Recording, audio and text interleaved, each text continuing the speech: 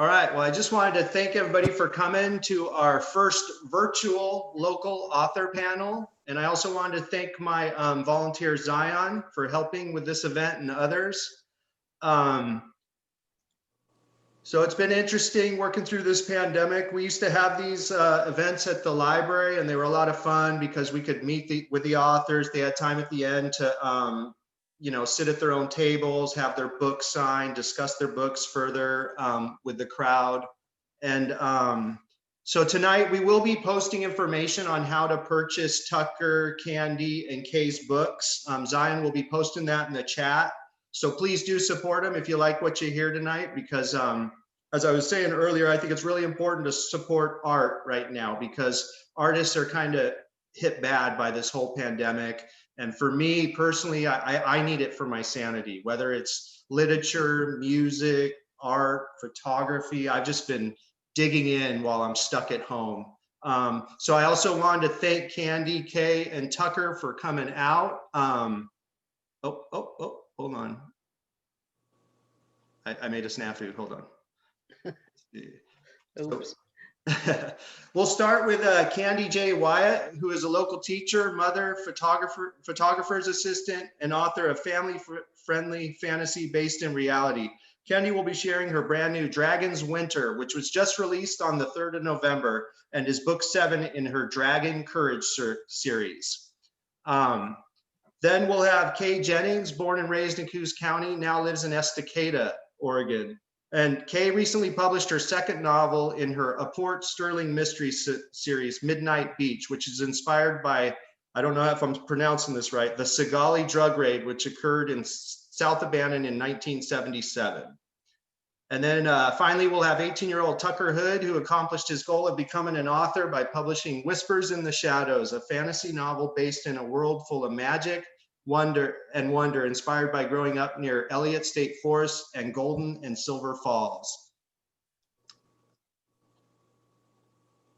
And each author is going to spend about 15 minutes presenting their work, and then at the end we'll have time for Q&A and discussion. If you have questions while the authors are reading, please put them in the chat box at the middle bottom of your screen, and we'll collect those and then ask the authors or bring it all up at the end. Okay, I'm going to go ahead and mute everybody, and then I'm going to have Candy unmute. Hold on, I got a weird thing on my screen. Okay. Candy, you want to take it away? Okay. Really good to be here. Excited to share.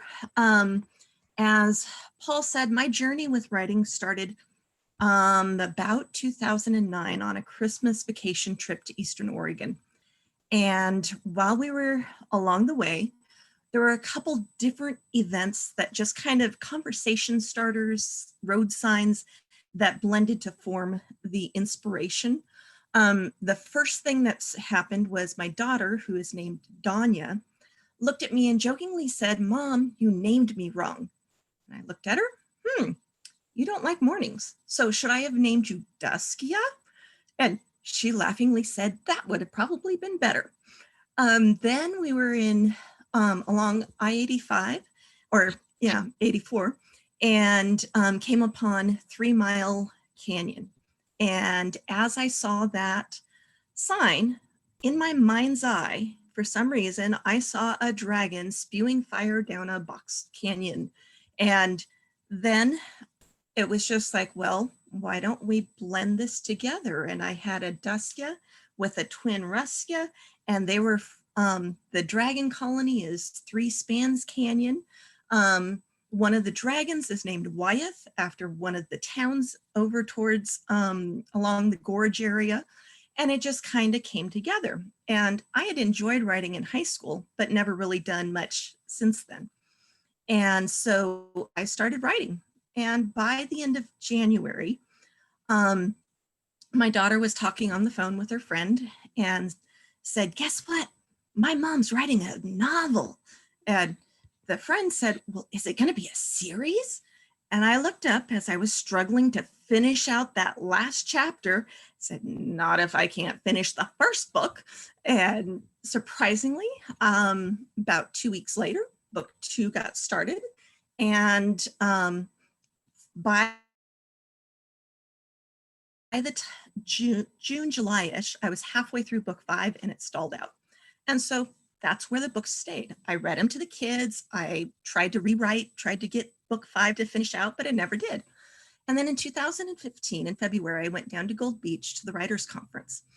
And there, one of the presenters said, my publisher is accepting submissions for open-ended.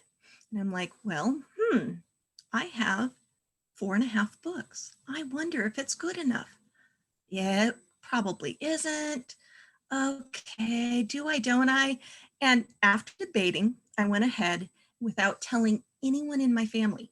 Now, for me, that's really strange and different because I discuss everything with my husband before making decisions. But I hit submit.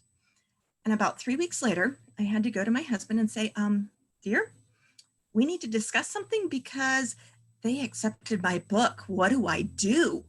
And I had to actually even go through the process of, do I really want to be published?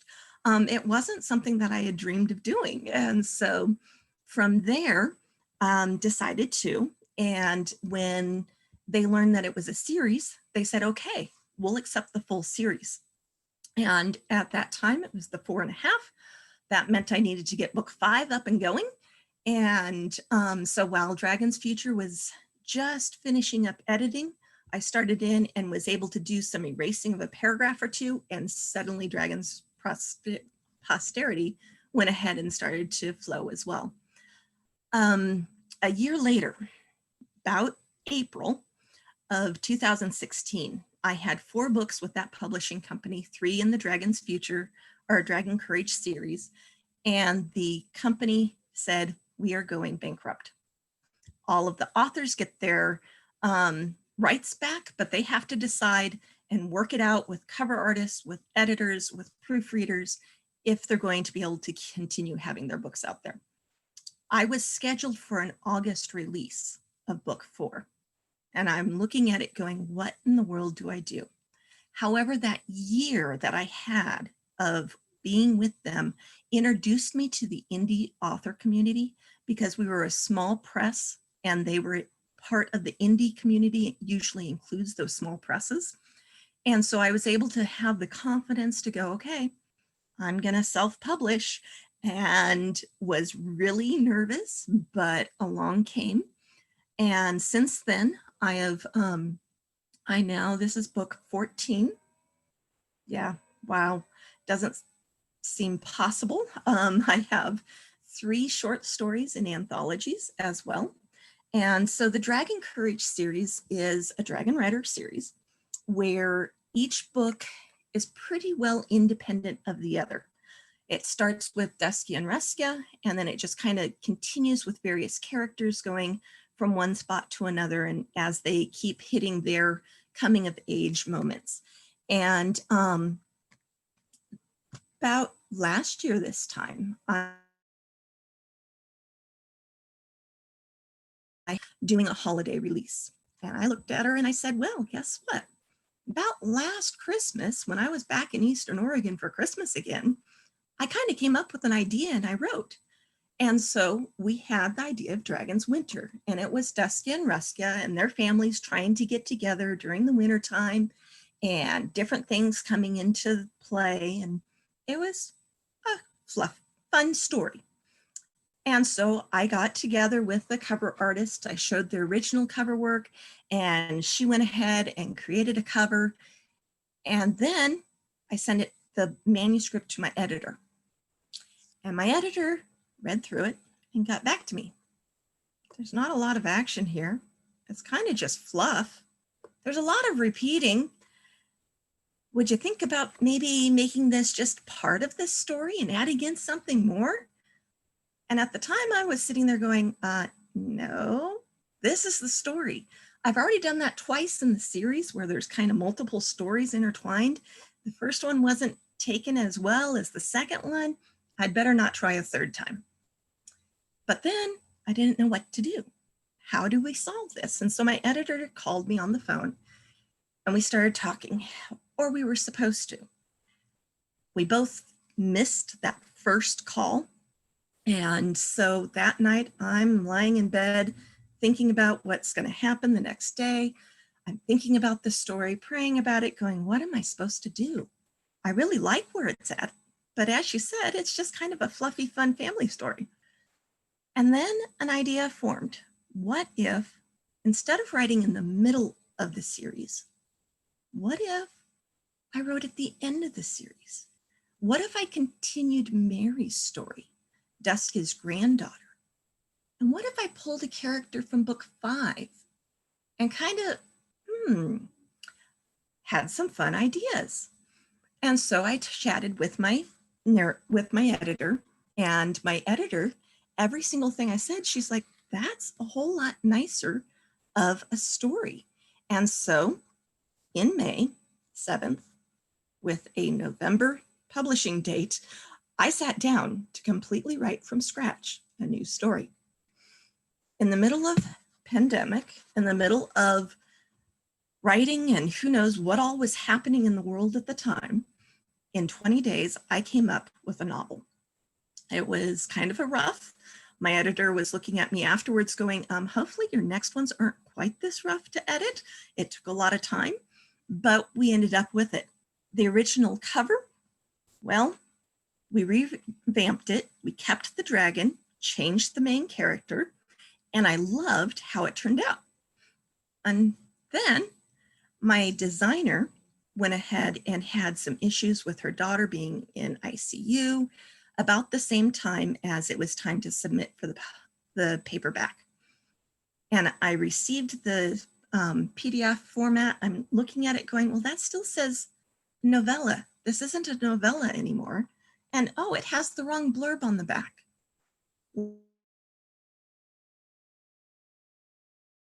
On the book.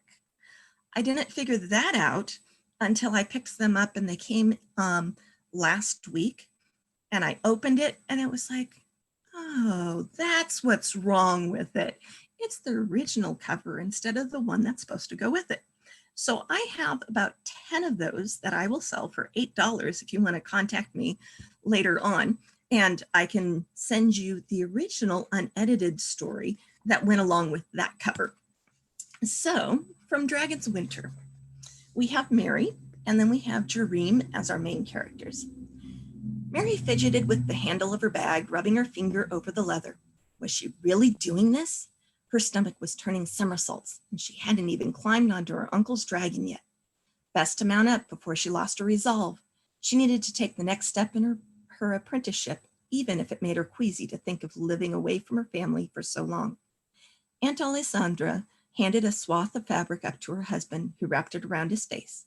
Dragonflight in winter easily windburned the skin. Mary, you have your journal, right? I do. What do you think I'll get to add to it at San Valencia? Her aunt tapped her foot, rubbing her chin. I've never been there, but from what I've heard, it's rocky. So maybe oregano? Possibly different varietals of sage and fennel if you're lucky. I can't wait to see what you come back with. Be sure to press some of the leaves to add in with your drawings. Katie will be able to help you categorize them all properly. She's an excellent teacher. While Mary was distracted, Uncle Darren gently pried her satchel from her fingers and strapped it to Aquata's saddle. Well, are you ready? Mary nodded, the ties of her bonnet chafing her chin. The braiding and pinning felt so strange compared to her usual easy ponytail. Darren, you have the salve? Mary hasn't flown for over a glass at a time in a long while. Her legs will be stiff. Though her aunt had a point, Mary fought down the impulse to roll her eyes and settled for a wry smirk and a shake of her head. Darren caught her look and mirrored it, eyes the same color as Aquata's scales twinkling with laughter. I'll be right back. He hopped down to retrieve the ointment, landing gracefully. It was easy to forget he had seen nearly 60 winters now. What would it be like to be a dragon rider, to have a body that didn't fail with the passing of time? Mary rested her hand on Aquata's scaly hide, thrilling as her fingers caressed the pebbled surface of her scales. If only she could become a rider. But even after 18 winters, no, she corrected herself, 19 now, no dragon had chosen her. Uncle Darren mounted up behind her, interrupting the inevitable tears, and tucked a jar into their bags. All right, hold on. Bye, Mary. Be sure to send letters, Aunt Alessandra waved. Darren, I'll see you in half a moon. Give Jereme and Tyrell my greetings. Of course, dear. I'll be back as soon as I see my...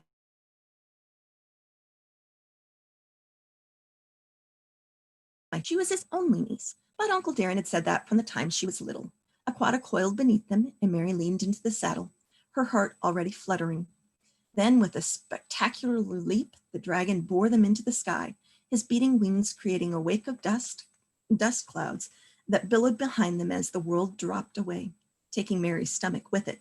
But she was grinning like a fool as she waved to the diminishing speck of Aunt Alessandra.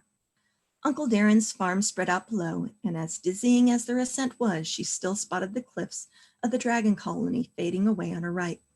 To the northeast, a light haze of smoke marked her hometown of Bosque. Ma would be pouring her morning cup of tea while Da stoked the forge fires for his smithing. Part of her already missed them, but in the air, with the landscape zipping by beneath and the steady stroke of Aquata's wings filling her ears with the wind, all the uncertainty ahead felt like a waiting adventure. I'm going to skip to Jereme now. Jereme strolled through the streets of San Valencia for the first time in a moon. Jeff's birthday was coming up and he wanted to get his trainer a suitable gift. Nothing at the Mercantile had caught his eye, nor any of the other 3 shops he'd been in. What did one buy for a dragon rider who lived as minimally as Jeff did? The sound of a scuffle caught his attention.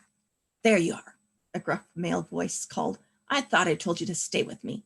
At the sound of a slap, Jereme sprang around the corner to see a man in a top hat and tails towering over a young woman. I'm sorry." The woman held her hand to her cheek. "I couldn't breathe in there. I needed fresh air." "I should cane you for running off." Jereme decided now was the best time to interfere. "Is there something I can assist with?" The man scowled, taking in Jereme's duster and trousers. "Just a disagreement with my slave. I've got it under control." "Sorry, I wasn't addressing you." Jereme caught the woman's striking golden eyes. "Ma'am, are you all right?" Yes, thank you." She ducked her head, and only then did Jereme note her high waistband accommodating her swelling belly.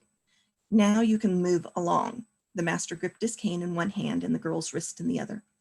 Despite the many winters of fighting it, slavery was still legal, and Jereme knew he was limited. He summoned an aggressive nod and stepped back, but he memorized the man's sideburns and mustache along with the facial structure, making sure he'd recognize him again. He definitely recognized the woman. No matter how many times he saw slavery, it hit him the same way. Memories of his own life as a child among the El Shaddon and the... After that, the more recent ones flooded in. The purpose and fulfillment of freeing slaves and the empowerment he felt over his past when he watched another soul find liberty. When he was younger, he would have followed the 2 and figured out a way to free the woman then and there.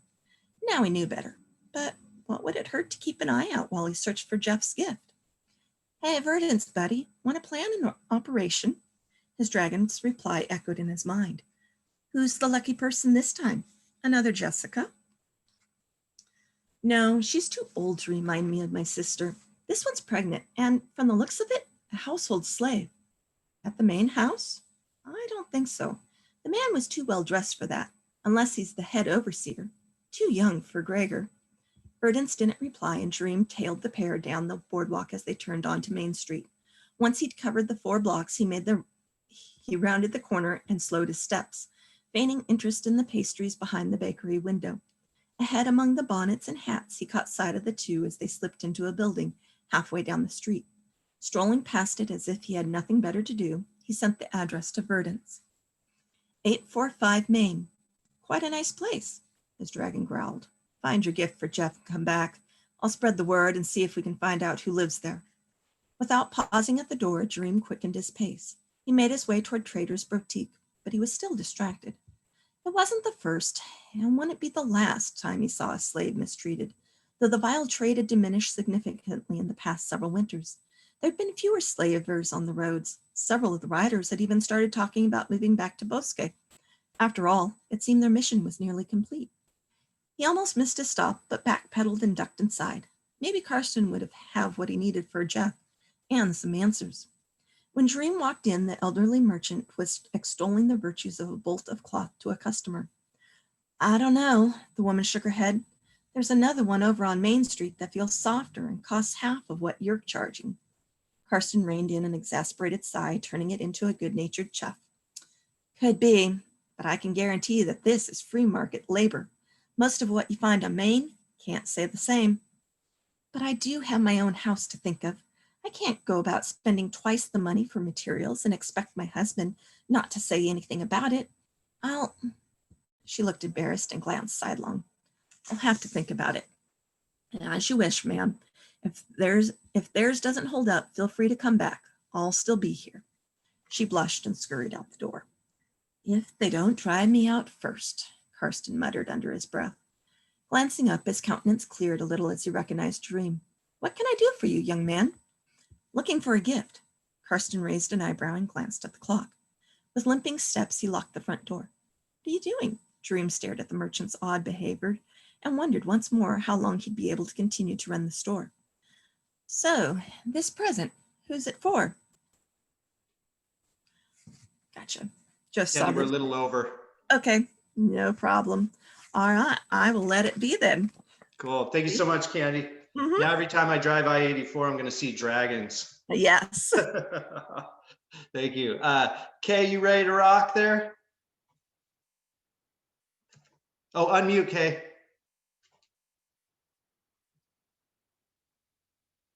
Wait, I'm going to ask you to unmute. You should get a button to push.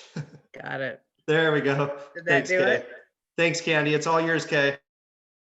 Well, hello, Kuspe. It's very nice to see you. I wish I were there in person.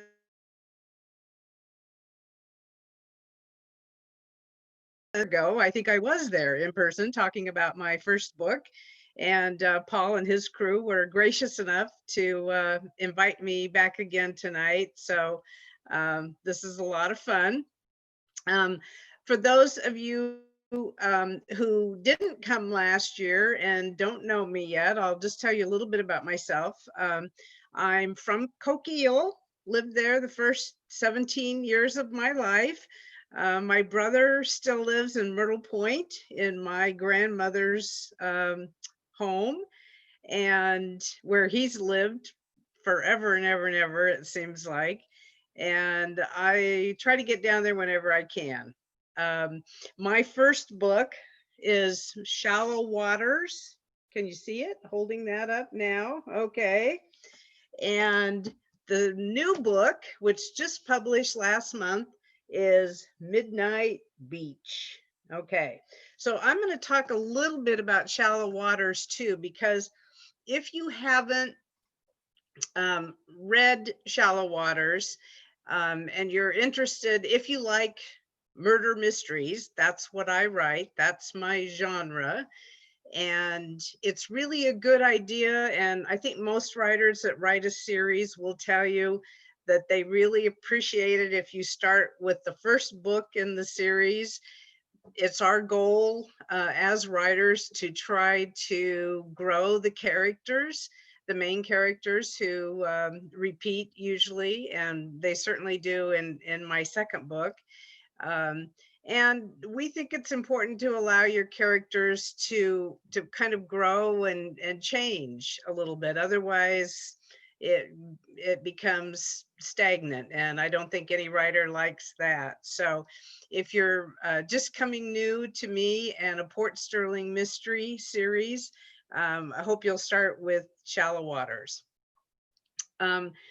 Shallow Waters came about after I had had a lengthy career in corporate communications. I basically worked for 45 years, always doing writing, but writing for other people. I worked for companies like Nike. I worked for your Oregon state government doing tourism and business development promotion for several years. And I was a vice president of marketing for a hospital down in the Eugene area. And so I've always written, but I got to a point where I felt like, hello, I wasn't getting any younger. And maybe it was time that I wrote something that I wanted to write. And Shallow Waters came about. My husband and I were down in Bandon one time visiting family and just went down to walk on the beach. And I pointed to a structure up on the bluff, and I told my husband um, something horrible happened in that house. And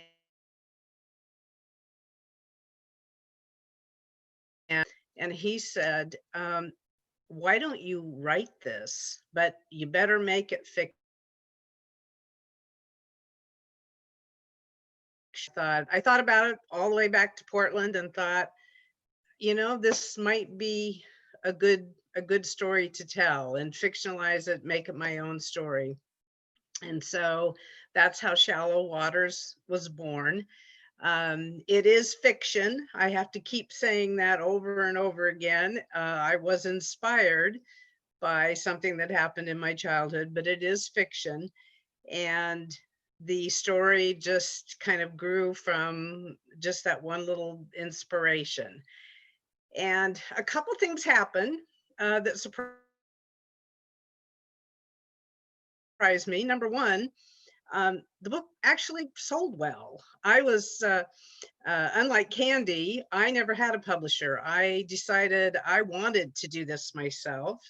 Mainly, I'm a control freak, and I wanted to control all aspects of my book, and I didn't want to wait for a publisher to tell me when and what I could do, and I didn't want somebody else to choose the cover. And so I set out from the beginning to self-publish. I have a PR and marketing company I've owned for 21 years. And so they're the official publisher of my book, but I set out to do it all myself and was really kind of blown away at the response.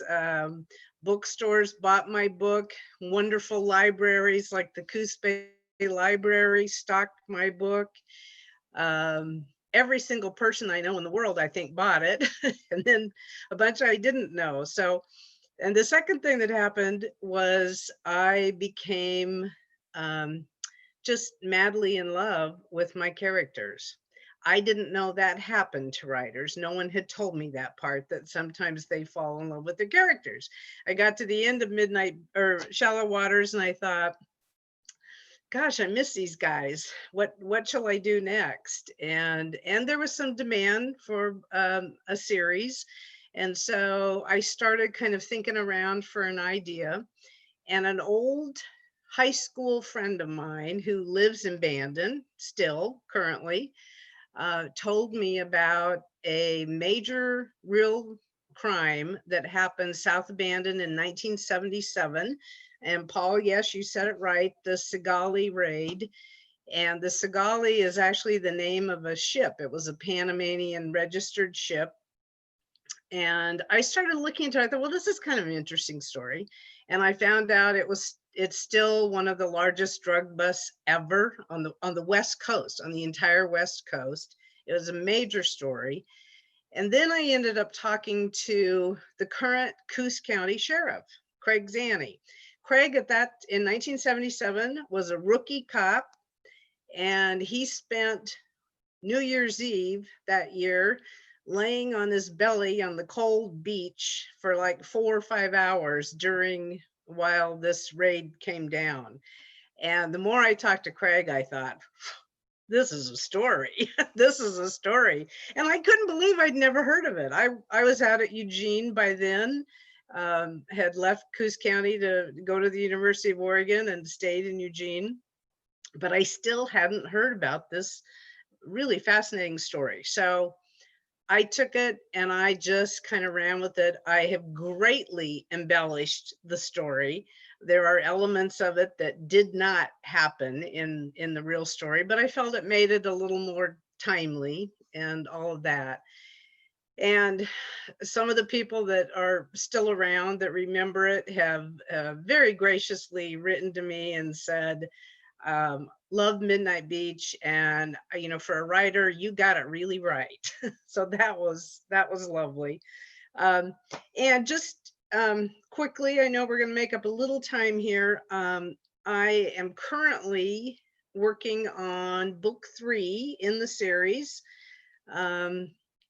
what pandemic? I worked at home anyway. So for me, the only difference is having my husband in his home office downstairs. Thankfully, we're on different floors because he's on the phone all day yakking it up. And I'm one of those people that needs some quiet to be creative.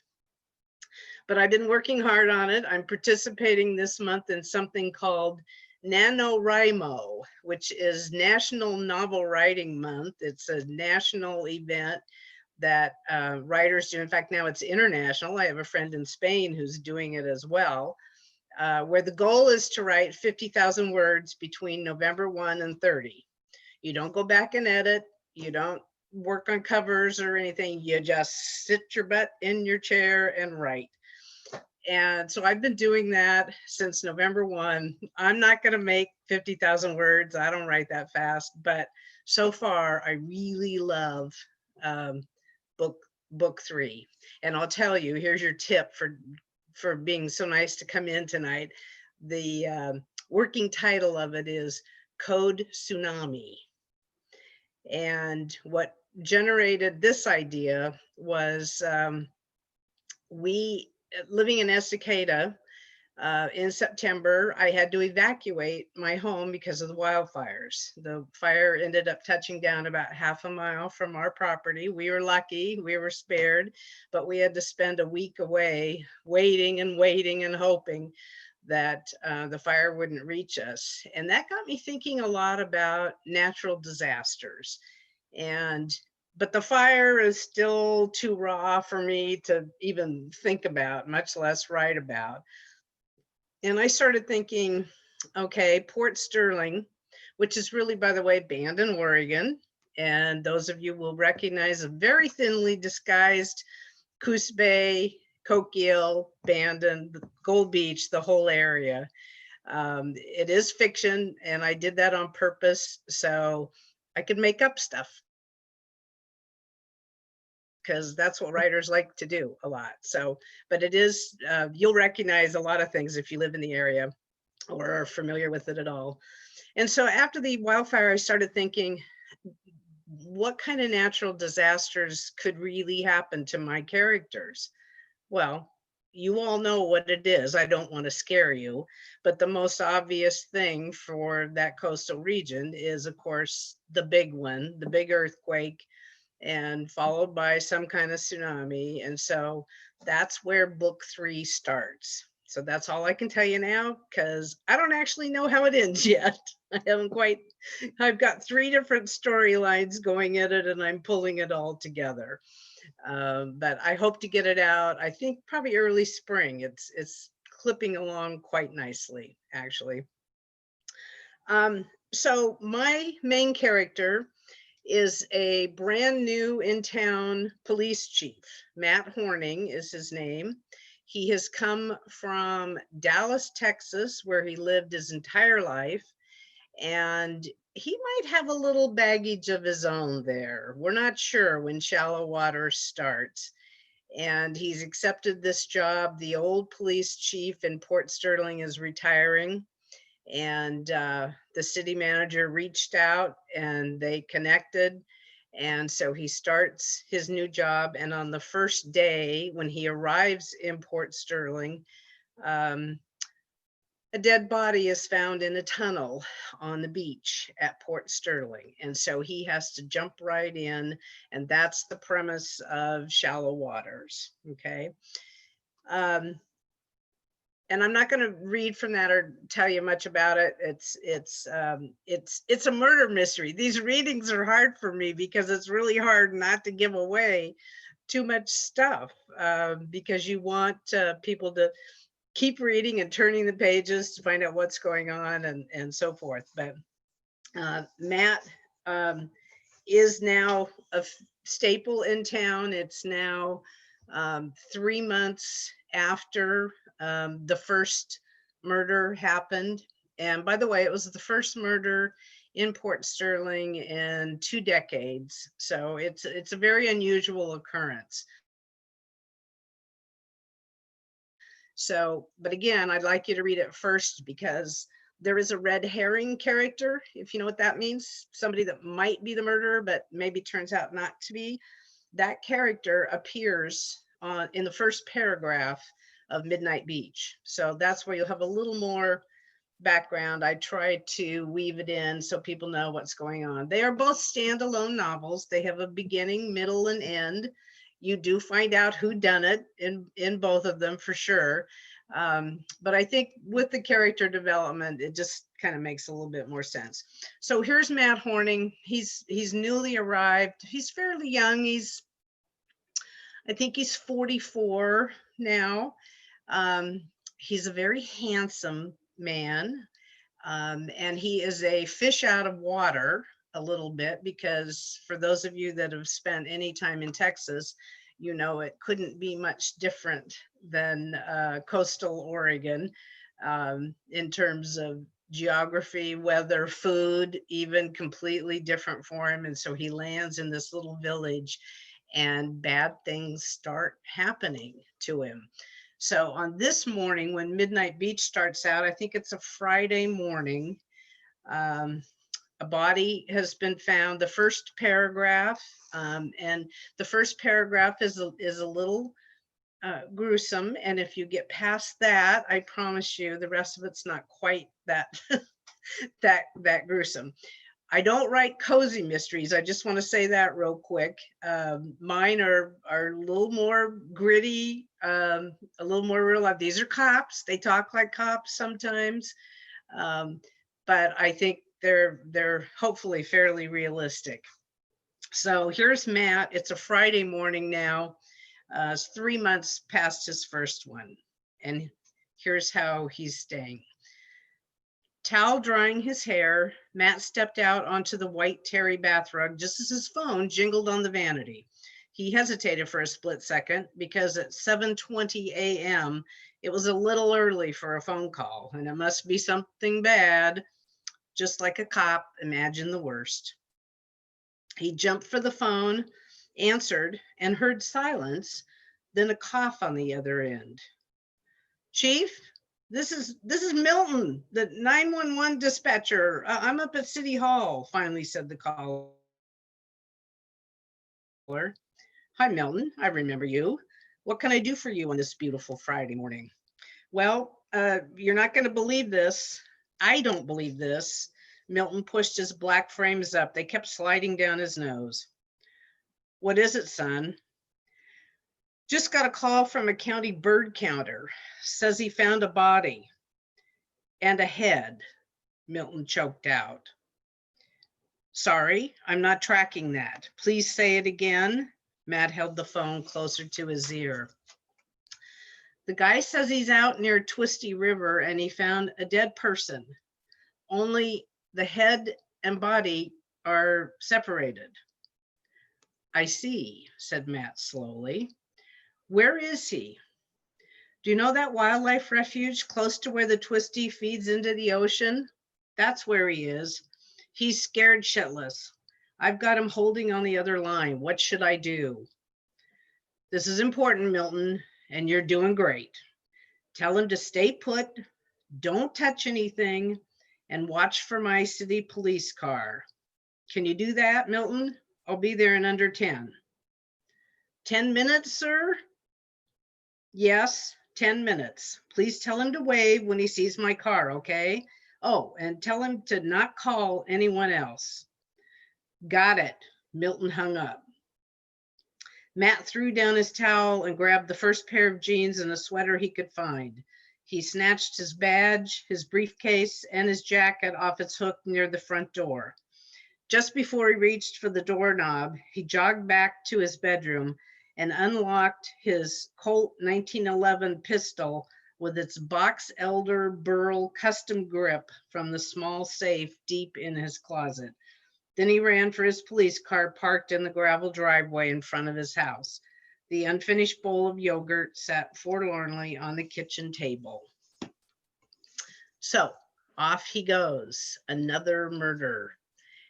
I just want to tell you that for those of you who are out there, I don't know if you're 18 years old or 98 years old, but I want to tell you that I wrote and published my first book at the age of 70.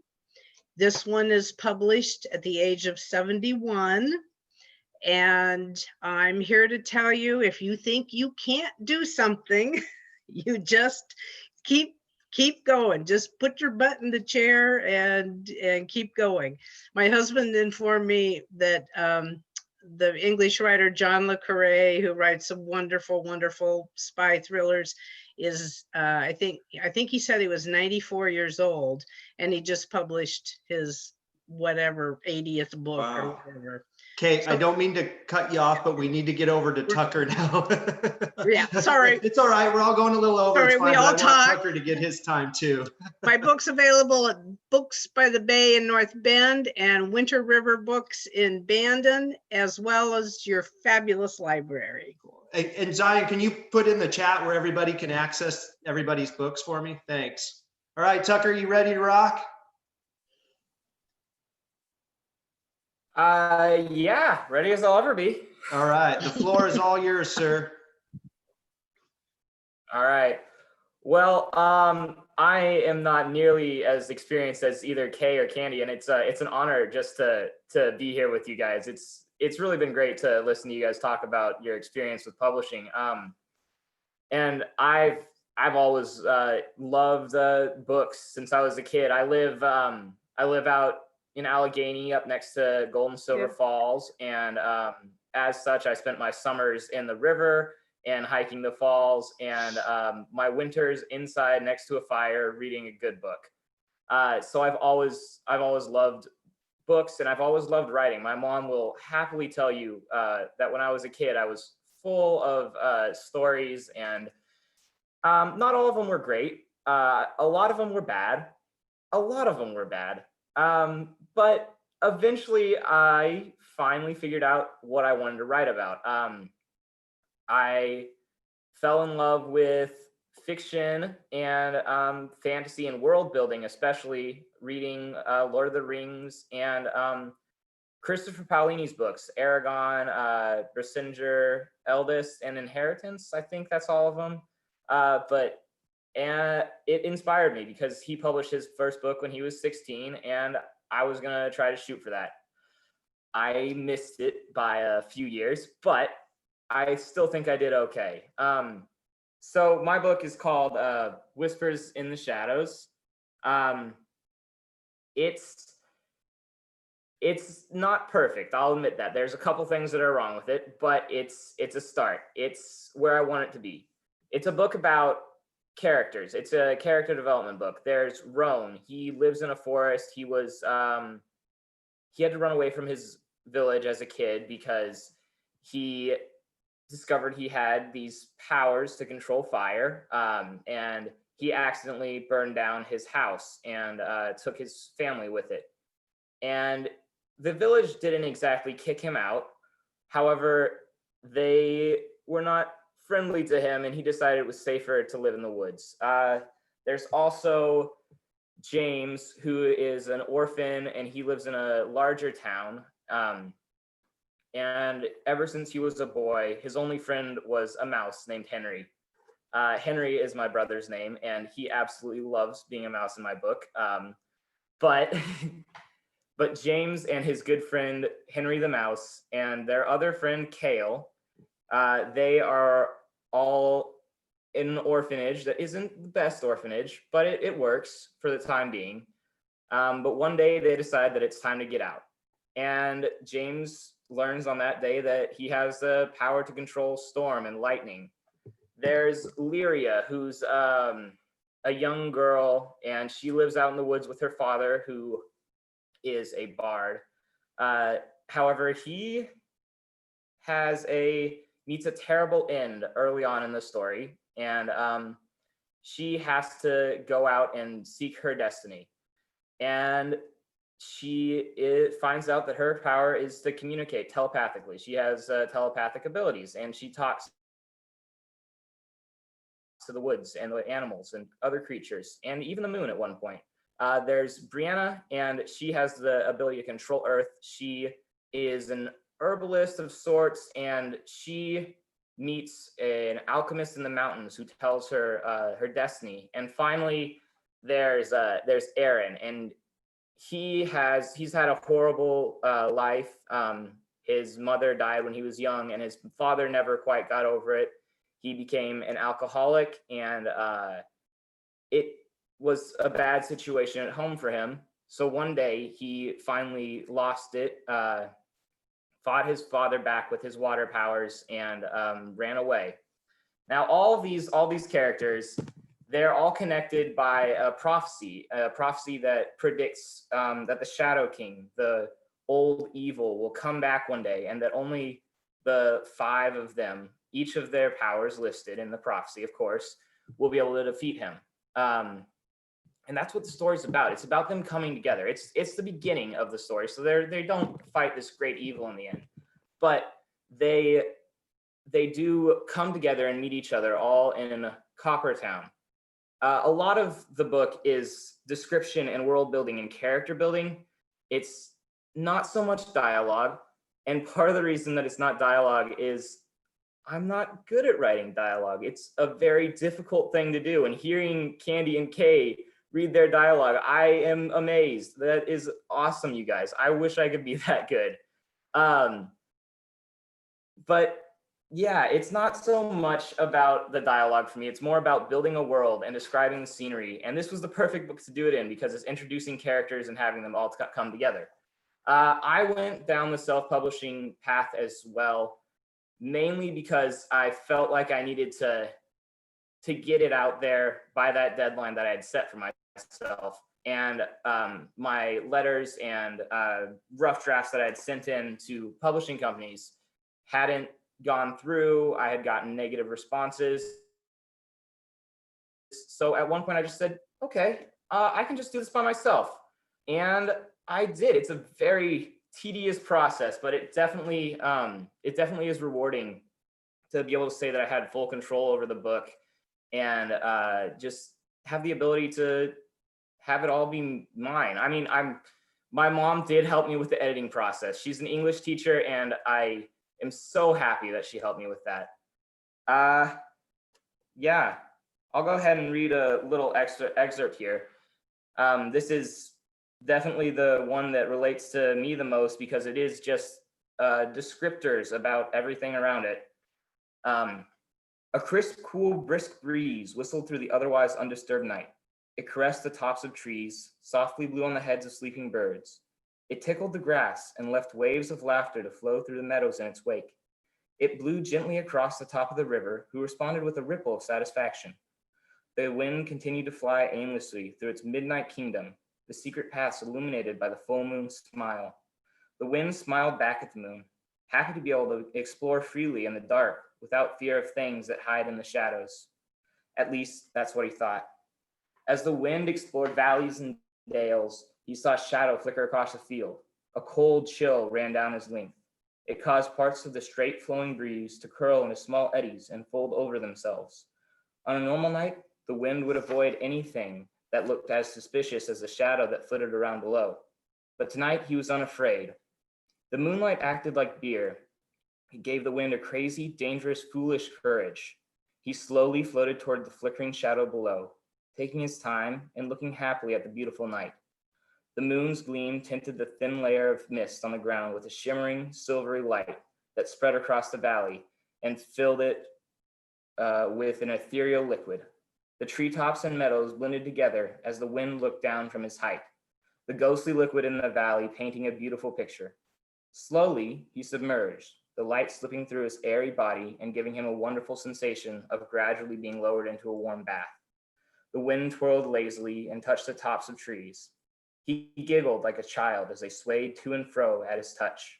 They're dancing, he thought, happy to let the moonbeams cloud his normally sharp mind. He gusted gently through the forest and let his mind wander far away from the original purpose of floating down into the moonlit valley. As his mind wandered, so did his body. He lost his normal strongly defined edges and let his body spread through the forest, like a river spreading out into a marsh. He curled around trees and bushes, floated easily above the divots and holes in the ground, relaxed for the first time in years. He let his mind float freely and was completely submerged in the euphoria-inducing moonlight. A small part of his mind tried to remind him why he had come down here, that there was danger afoot and that he couldn't stay long. But the rest of his clouded mind pushed the warning voice into a dusty corner and simply enjoyed the feeling. The wind lay on the ground for a long time, his mind so foggy from the moonbeams that he couldn't tell if he had been there for minutes or hours. Eventually, the wind felt something odd at the very edge of his consciousness. At first, he only shivered and drew that part of himself inward. Almost immediately, he settled back into the dreamy state that he had been in, gently letting the warm breeze that he had become smoothly brush past the greenery. After a few moments, he felt something again, a cold, dark feeling that started to rouse his numbed mind. Grumbling, the wind began to reluctantly pull himself back together, sighing sadly as the wonderfully warm, lazy feeling slowly slipped away. With leisure, the wind pulled himself into a partially defined breeze, then a warm eddy of air, and finally into a series of repeating gusts, shaking the trees and shrubbery lightly. As his body coalesced, the wind felt his mind assemble itself. He wondered why he had stopped in the valley, knowing that it was unlike him to stop anywhere for long without a purpose. He shifted through his memory in search of an answer, but came up empty-handed. Something was out of place in his consciousness, so he investigated. At the very edge of his mind, he found a thought. It was covered in a thin film of dust, and the wind carefully brushed it off, coaxing the thought back into being. The thought yawned and looked back at the wind blearily for a moment. Then its eyes grew from peas to melons. The wind was taken aback. What is it? The thought didn't say anything. Instead, it simply flew into the wind's newest ideas. The wind turned from gusts to puffs, then back to gusts as he remembered the reason he had come to the glade. Hurriedly, the wind rose to the treetops and made sure that he fit in with the rest of the environment, becoming a warm breeze that dusted the tops of the trees. He felt a cold, wrathful evil walk under him, shivered. Cautiously, the wind peeked down at the thing. It looked like a man at first, but upon closer scrutiny, the wind saw that its outline was dim and smoky like a shadow. He saw that the thing didn't walk, it floated over the ground, sticking to the darker parts of the moonlit forest. Warily, the wind followed the creature through the woods, dropping down a little from the tops of trees. As he did so, the wind felt the air around him become cooler, no matter how much he tried to warm it.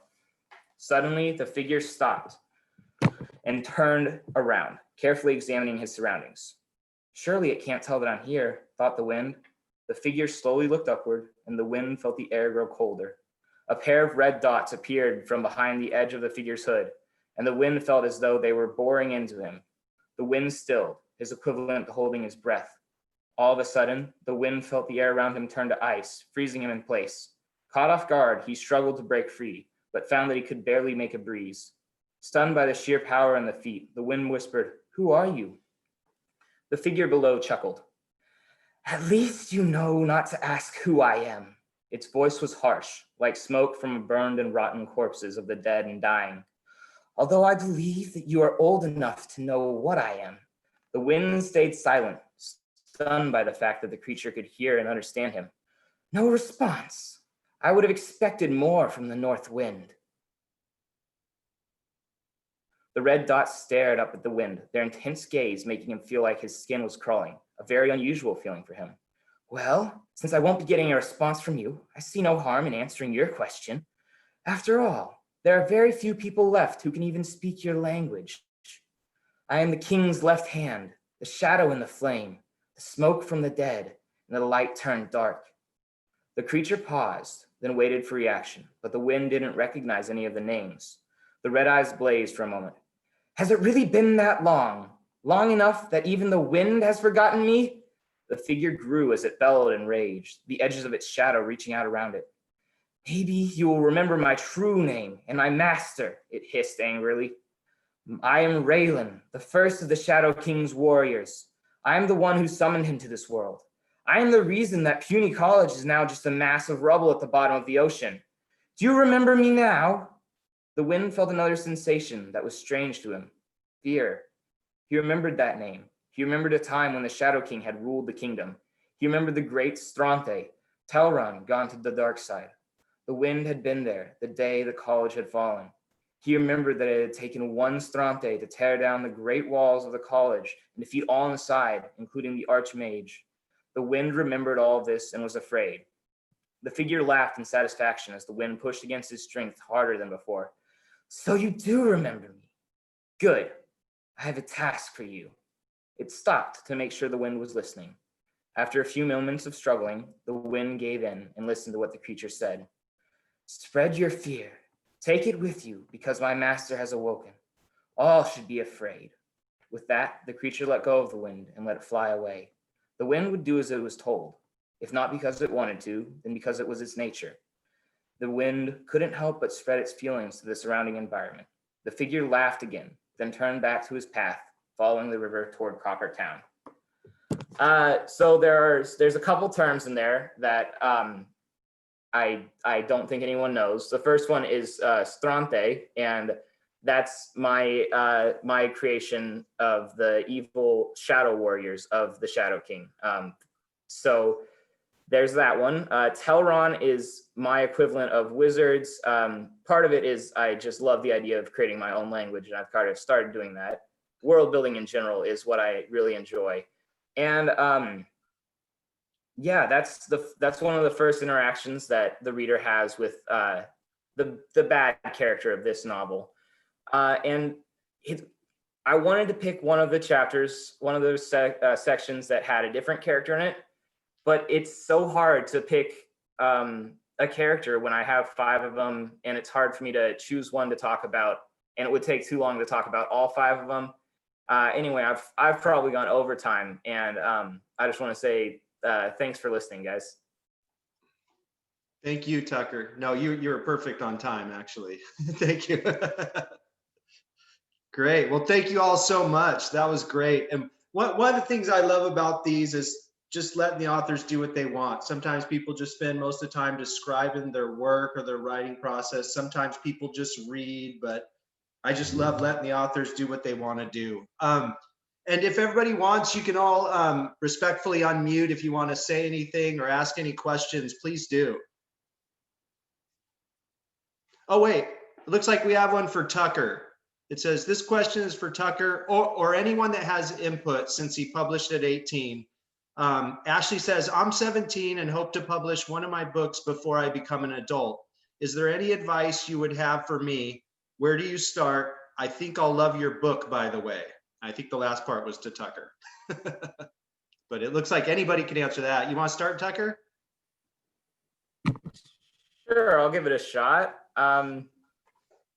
Well, I guess the first part is you have to be confident in what you've got. You've got to understand that what you wrote is something worth sharing. And that's what took me the longest to figure out, was that this was something worth sharing. It took my mom reading it, my grandma reading it, some of my friends reading it for me to think, oh, maybe I actually have something here. After that, it all depends on if you want to self-publish or go through the traditional route or do something smaller scale. It's a whole world of possibilities, and I've only explored one of them, really. I mean, that's more Kay and Candy's thing than me. Thanks, Tucker. Do you guys want to respond? This is Kay. Yeah, this is Kay, and I would say the first thing you have to do, Ashley, is decide what your goal is. Do you want to sell books, or do you just want to write them? And neither answer is right or wrong. Lots of people just love to write, and they don't care if anybody ever buys them or not. But I do care. I want to sell books. I like contributing to our family's income, and it's important to me. And my first piece of advice would be, work really hard now so you can afford to hire a good developmental editor on your first book, because you don't know what you don't know. And I am living proof of that. My first draft was horrible, and I lucked out with a really good editor who showed me the error of my ways. And the second thing you need to do if you want to sell books, and this is crucial in this marketplace today, you have to, I believe, hire a professional cover designer. If the people that do it themselves, it's one thing to be self-published, but if you do an amateur cover, it's going to get lost out there in the competition. Nobody will know how great your story is. And Tucker, yours sounds great, by the way. unless you have a good cover design. So I hired someone who actually used to work at Random House in New York as my cover designer, and this cover is selling more books than the book probably deserves. But well, I don't know. I hope the story lives up to the cover because she did a great job. So decide what you want to do and then be real professional about it. Thanks, Kay. Did you have anything you want to add, Candy? Sure. I will echo what they have said. Definitely on that cover end. But start even before that. Finish your first draft. There are so many people who want to write and become published, but they come up with all these ideas, start it, and then they get to the middle point and yet give up. No, not working anymore, throw it out. Start another one, and if you never finish, you can never actually end up being published. So finish one out. Good advice. Anybody else have any questions or comments? You can go ahead and unmute if you have anything to add.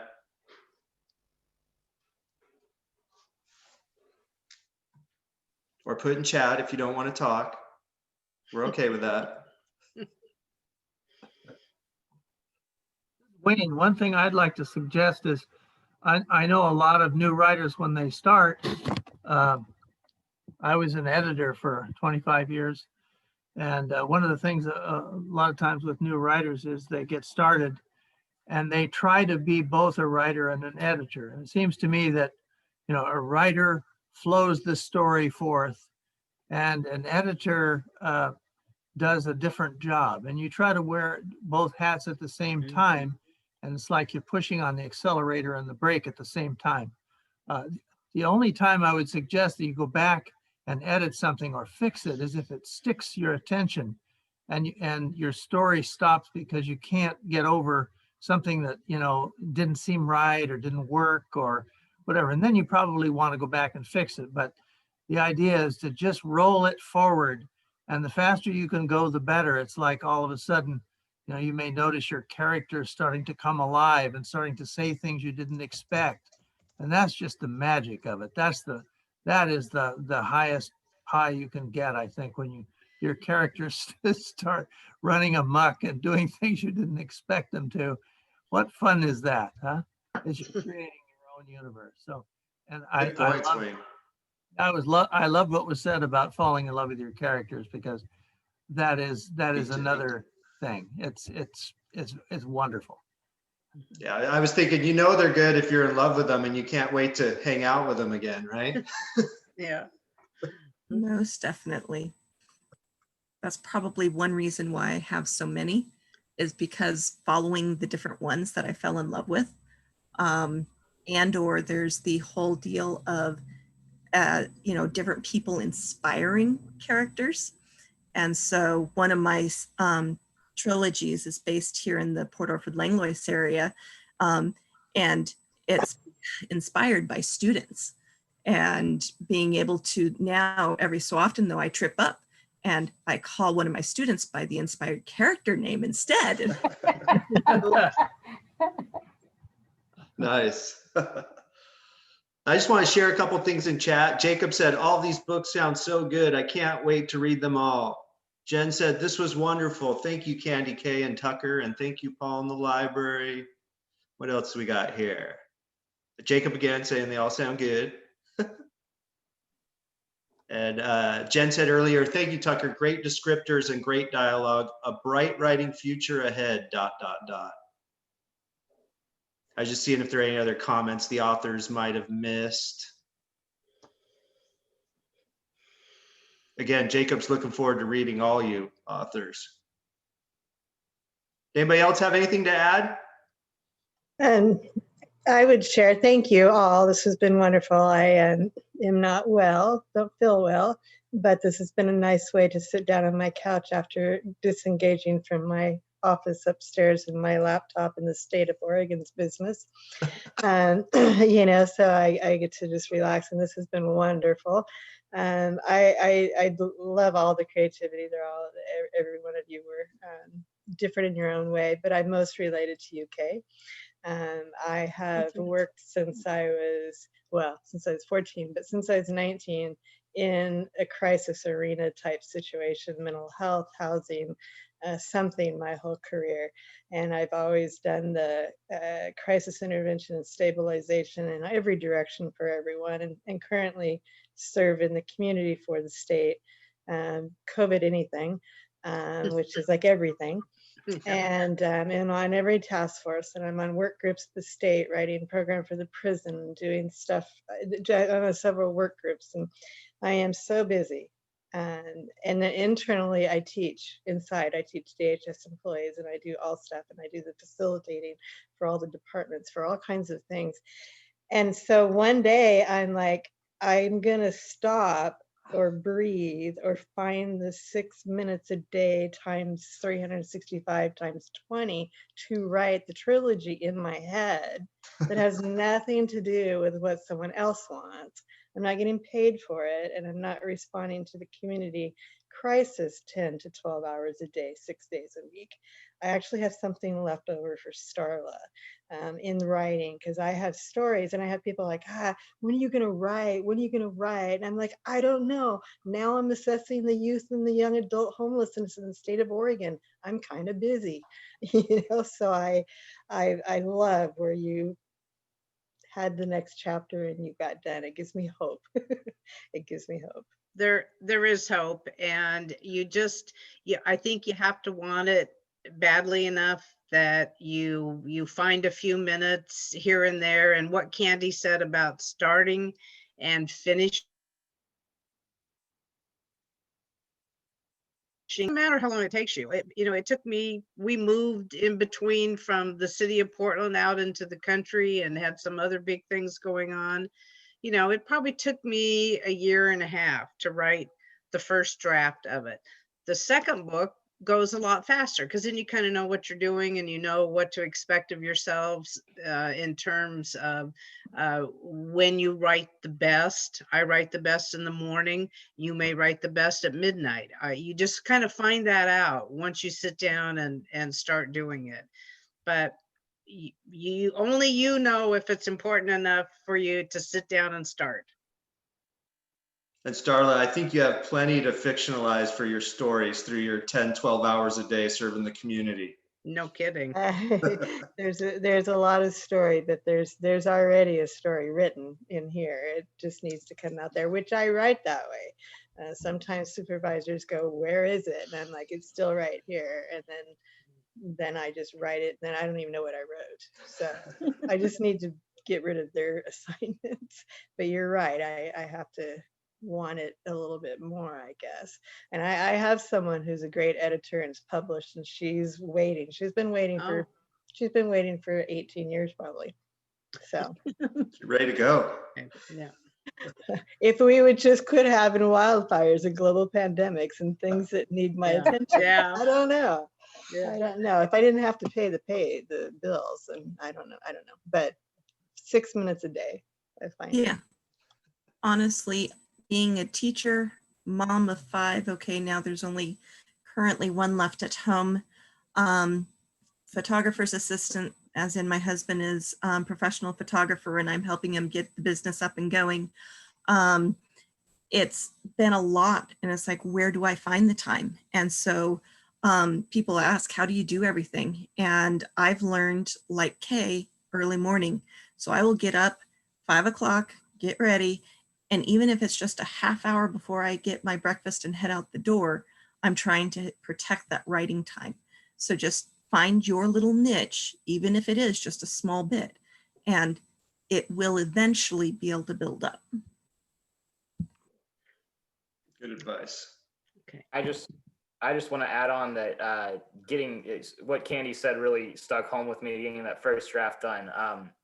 I started writing my first draft in 8th grade, and part of the reason that it took so long was because I was developing as a writer. I had to keep on going back and editing stuff because I was like, oh my goodness, this is not making sense with what I want it to be anymore. But really, it is just finding that time that works best for you, and just putting in when you can put in your time writing. That's the most important thing for sure. What I'm hearing is just do it. Yep. Seems what it boils down to. If there's no more questions for me, Paul, I kind of need to get rolling here. Oh, yeah. But I don't want to cut anybody off if there's another one. No, we're good, Kay. Good. Thank you. And I just wanted to remind everybody that in the chat, we have some web addresses of where to pick up these guys' books or visit their websites. Thank you. I also have all the info, so you can always just contact the library. I'm happy to email that info. Like I said, I want people to support these authors so they can keep doing what they're doing. And thank you all so much. Paul. Thank you, Coos Bay Library. Appreciate it. And Our pleasure. Hope I can see you soon in person. Me too, Kay. Okay. Maybe next year. We'll see. Thank you all so much. That was great. I really appreciate it, especially the authors and our volunteer Zion. And you can check out Zion's work too. She's one that just got her name up on Amazon, and she's going to go hide. She did illustrations for a indie author that I know. And so you can check out H.L. Burke or look up Zion's name on Amazon. You'll find her work. I did it. She popped right up. Cool. And Zion's also a writer, I hear, as well. Mm-hmm. She is. She also did some drawings for what my current work in progress as well. So really enjoyed that. Awesome. There's just art everywhere. There's music, there's instruments behind Tucker, the writers or artists as well. I love it. It's a great end to a great evening. Thank you all. Thanks a lot. Thanks for coming, everybody. Appreciate it. Mm-hmm. Bye-bye. Take care, everybody. Oh, and this will be on YouTube Bye. probably within a day or two. Cool. On the library's channel, so you can just look up Coos Bay Library.